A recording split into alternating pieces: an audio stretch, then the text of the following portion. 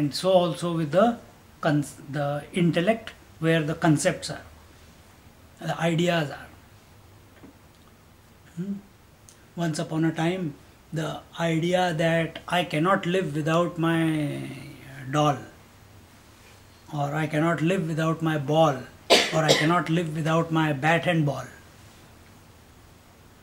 If someone took away my bat, my God, the world has finished for me. But today, I distribute bats. Isn't it? I distribute balls, I distribute toys. So where has that attachment to the toys gone? It is vanished. The idea that this is my toy and without toys I cannot live, that has given way, isn't it, to live toys.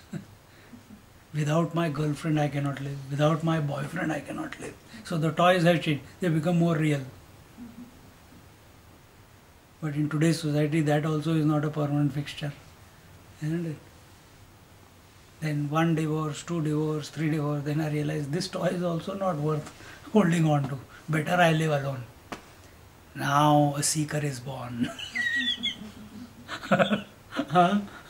Why? At last, under the force of the circumstances, he has learned to live without anything. Learn to live without identifying with anything. And this way, he comes to so understand, just like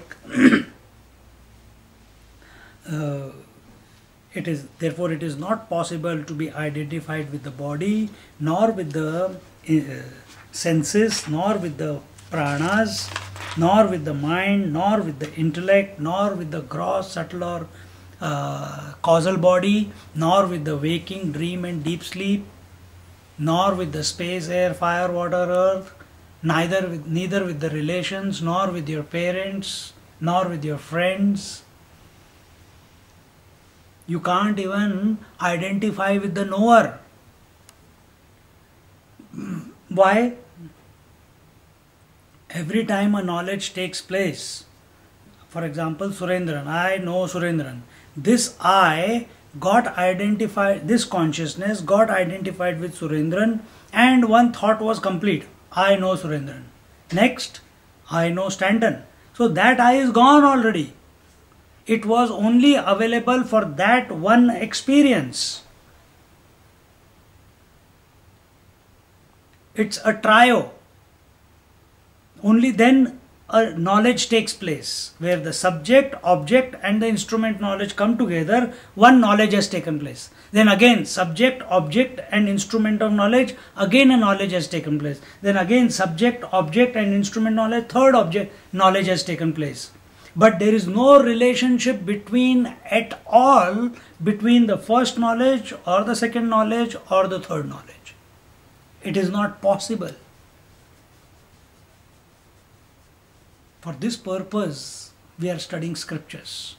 Stop living life as a default, where continuously, Swamiji, oh, Teresa, is this the same Teresa? Teresa has been coming to the classes for last 6 years, you know. Sometimes I say that.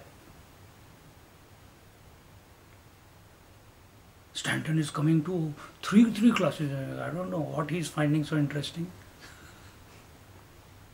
But suddenly we create relationship. But the fact is that 6 years ago the Teresa who came and the Teresa who has come today is not the same. It's not possible. She knows she has changed. I know she has changed. I know that I have changed. And yet I am holding on to this idea that it is the same Teresa from 6 years ago, is the same Teresa from the last class. This illusion that we are living in, to break this illusion we come to satsang. Illusion or delusion. This we have to break. And this cannot be broken until and unless we do not understand. What we are saying here is, We are trying to remove. First, we have to understand what the not self is. Not self is the gross body, subtle body, causal body. The five koshas, the gross body, the vital air sheath, the mental sheath, the intellectual sheath, and the causal sheath. The waking, dream, and deep sleep. What else? The knower, known, knowing. This is all your experience. All this you are not. The Jivatma, Paramatma, and the Jagat, the world. This you are not. Now who are you? The one who is illuminating all this. How do I come to know that I am illuminating? For that you have to make your mind single pointed. On what? Keep contemplating in this manner. First we are talking about that which I am not. This is the Vedantic Paddhati, the system of Vedanta. First we define, because who we are, how will we appreciate who we are till we don't come to know who we are not? Isn't it? That's very important. Why will you make a change first of all? Why will you make that change? If you have not recognized that you are stuck somewhere, will you make a change? You will not. Some people are stubborn, not born, stubborn. They will not shift. When do they shift their idea? When they get convinced that they were thinking the wrong way. Arjuna was also thinking the same way. He was stubborn. He was holding on to his idea that the war should not be fought, that I'll kill these people and this and that and all the arguments. Until unless Krishna did not show him that where his thinking was going wrong, and then showed him how he should be thinking, then he made the shift. Or the shift automatically took place, I should say, because there was no place, exactly any point throughout Gita where you can say he shifted. It was a process. Just like milk becomes yogurt, it's a process.